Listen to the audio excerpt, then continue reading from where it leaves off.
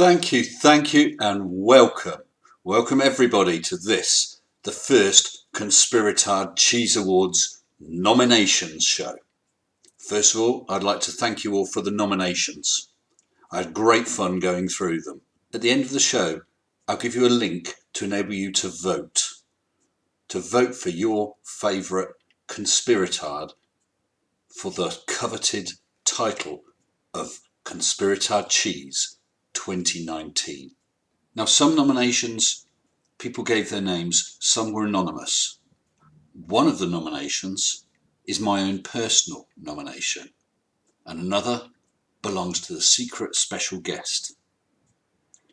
Well, I won't reveal at this time whose nominations are whose, because we don't want to bias things in any way. So, all you need to do is watch the 10 nomination clips, jot down whichever are your favourites.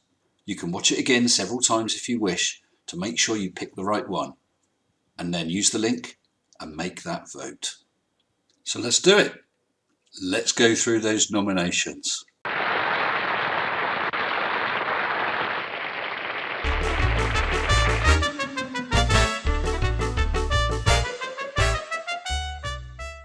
A globe, a sphere, so the centre of that mass is in the middle of that globe, and that means that down is in all directions around that globe.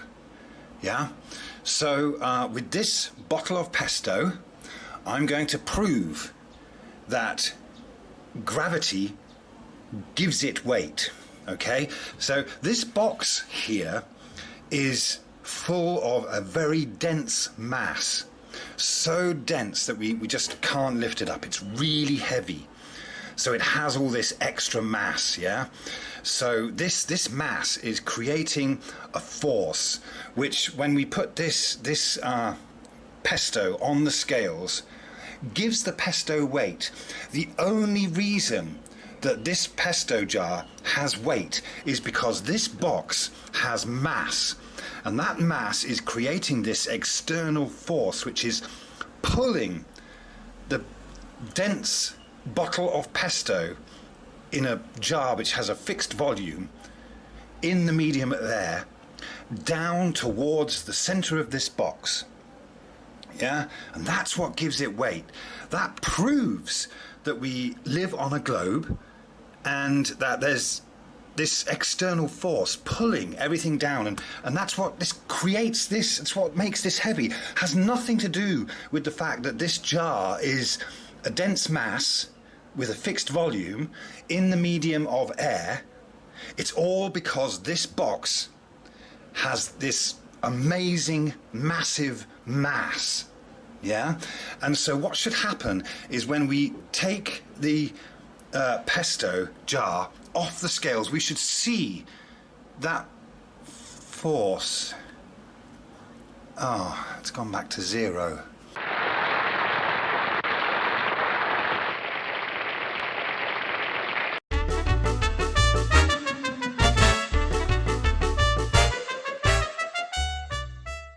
How do you convert meters into kilometers? I don't know. How do you convert meters into kilometers? What's the correct way? You tell me. The correct way is divide meters by 1,000.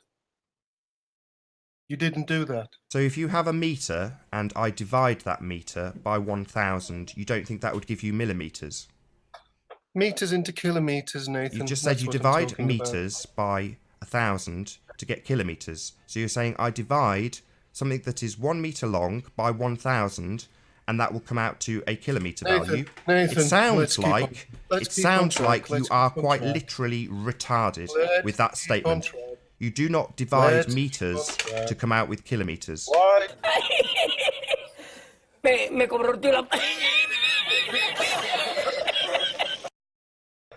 Why did Chris Monk multiply meters by 10,000 when he should have divided them by 1,000? Sorry, did you just do it again? Did you just say that you divide a number that is in meters to come up with a value in kilometers? Is that what you are now asserting for a second time? Why?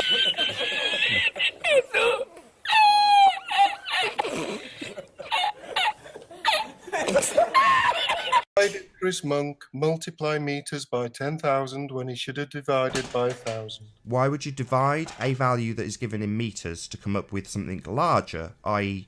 kilo, meaning Because, Nathan, thousands?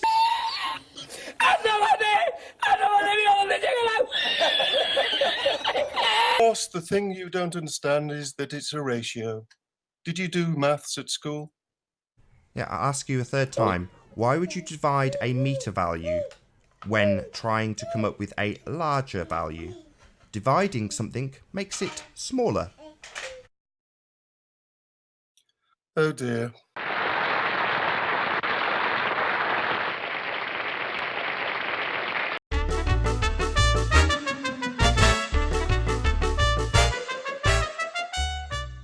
I'm talking here. My magnets that were holding my level have got a little off, but it's still basically all in all level.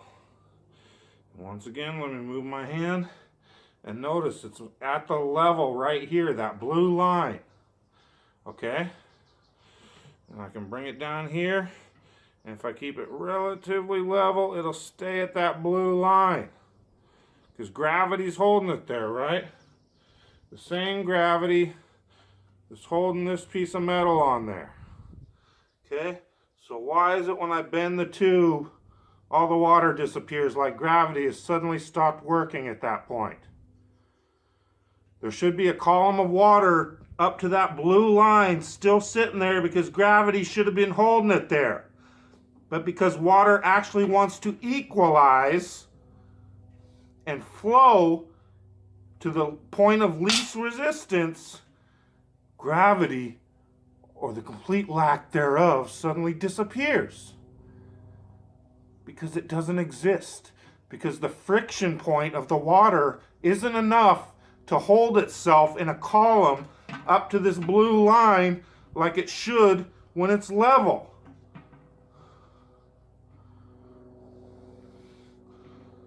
Level. Supposed gravity equally all the way across it. Now gravity suddenly disappears. There should at the very least be a column of water right here, because gravity still works just fine right here. I could put this on the inside of the tube and gravity would still hold it there, but it can't hold water on a curve. Huh, imagine that. Point proven. Tell me again I didn't prove flat Earth.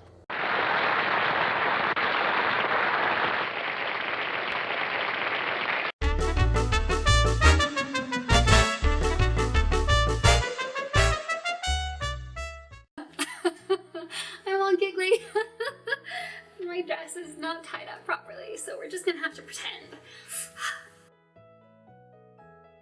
Dear physicists, also astrophysicists, other scientists, everyone who believes in the theory of gravity, please tell me what precisely in the conceptual notion of time is tangibly acted upon by what precisely in matter such that time bends in accordance with this notional concept of relative distances between objects that we call space, in response to the proximal or distal presence of matter over infinite distances, and how, again, precisely is this relative distance between things materially, tangibly woven together, interlaced,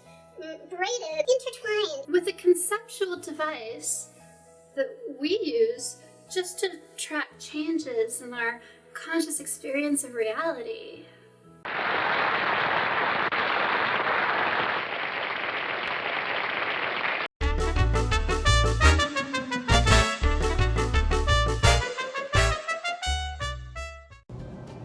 Right here, this right here is lies and propaganda. So if you ever want to buy a children's book on space, then this is how I propose you do it. You get it off the bookshelves by first ripping it up, and then you buy it. This right here is a bunch of lies, a bunch of cartoons.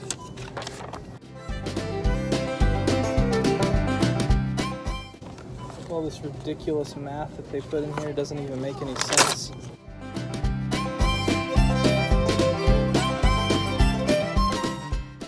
Look, that's supposed to be the picture of the sun. Baloney.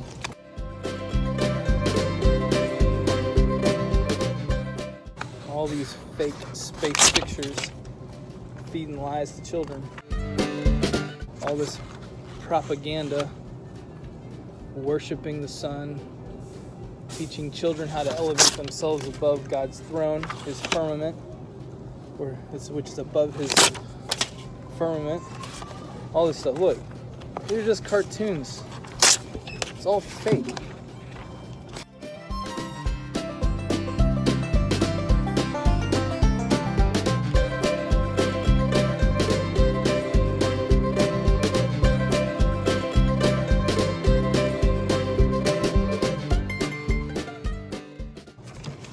Never been to the moon. Moon hoax. All lies. Look at this ball of garbage. Bunch of garbage. Look, they even have a flat horizon back there.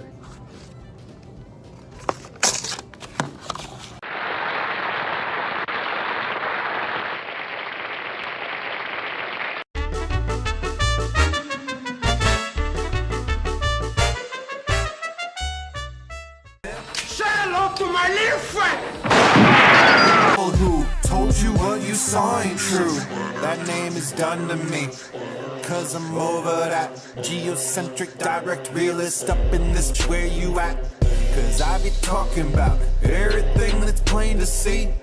Ain't no curve from a plane, how it's at the beach. You're talking scientism, I'm talking gravity. Tesla said the theory, just a beggar taken for a king. You ain't got a model, so why we supposed to care? Don't need a model of my Bibles, prove that it is there. I don't need a model for my soul to know the seed. Don't need a model for the tree to show the cedar from the oldest forest that'll grow to be there like a golden Taurus battle called a season for the oldest course that we know the keys and the ignition of the star that lives within you. Not a reason for ambition is the part of you that gets it. Wow. Yes, we know you think the Earth is tilted at 23.4 degrees, spinning at 1,000 miles per hour, orbiting our sun 93 million miles away at 66,000 miles per hour.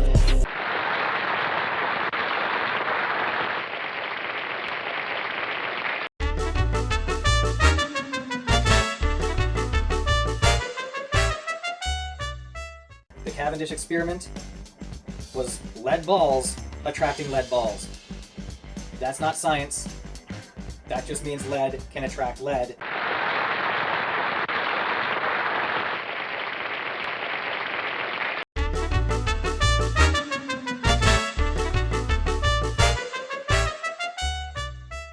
Hello, Flat Earth researchers, debaters and debunkers.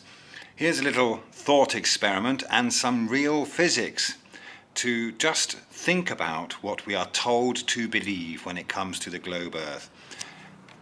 There's the sun, okay, and we are told that the Earth rotates to make the sun set.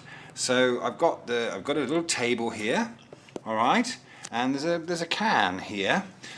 So what happens when the Earth tilts so that we see a sunset?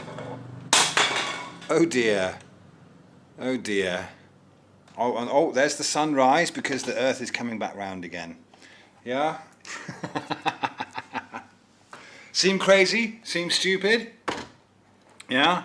Just think about it. Just think about what happens the moment something tilts. Yeah? Okay? It's physically impossible for us to be on a spinning ball Earth. Physically impossible. Let me go and get my can again. Hang on. Yeah?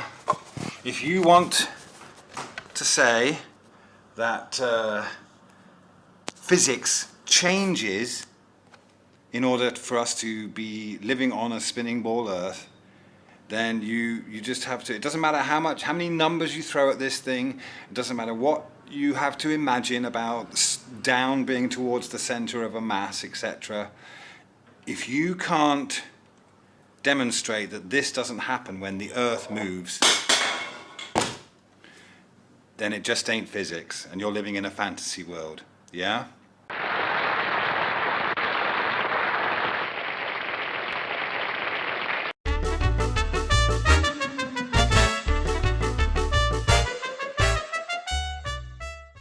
Standing in the pissing rain, get the soaking wet, you make the point. Hope you appreciate this. Okay, found this shape. I've seen it in other videos of the ball earth with the oceans removed. Okay, so let's try this.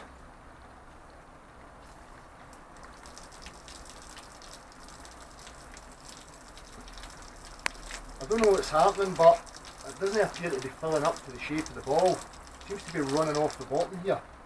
I'll try this.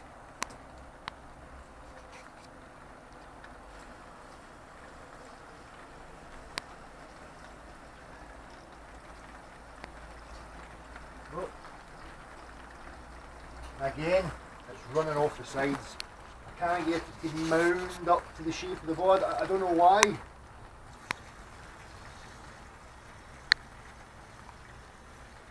Should I spin it? Should I spin it? Aye. Give it a spin. How about you? Right, let's see. So, it appears that the water seems to be running off the side, finding its own level again, but we'll give something else a try here.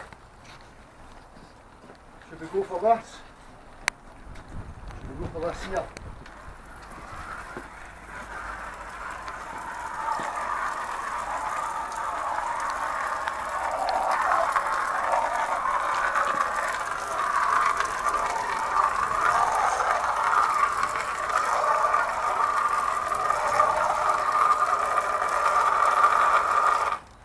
It would appear that there seems to be more level on this side here. I'm thinking maybe gravity prefers this side to this side, or maybe it's just because it's on uneven ground.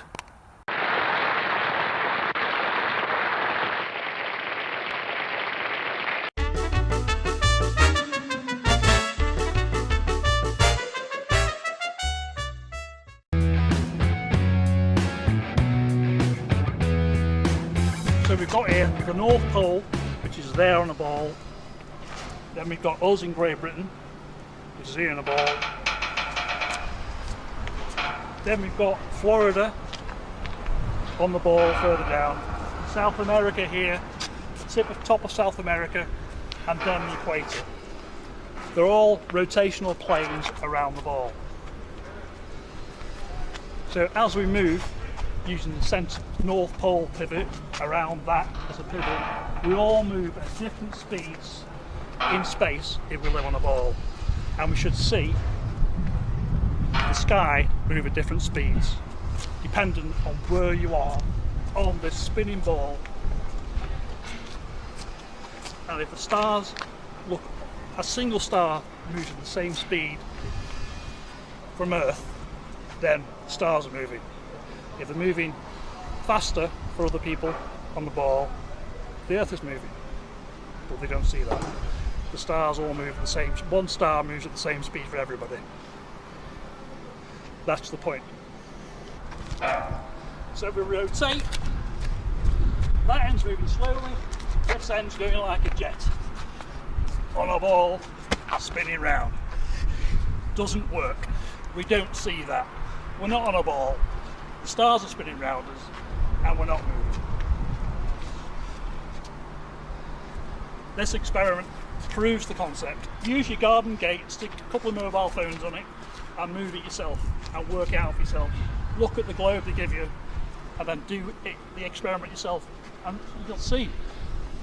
Spin that gate and you'll see. It's not hard. It's going like a jet, hardly moving.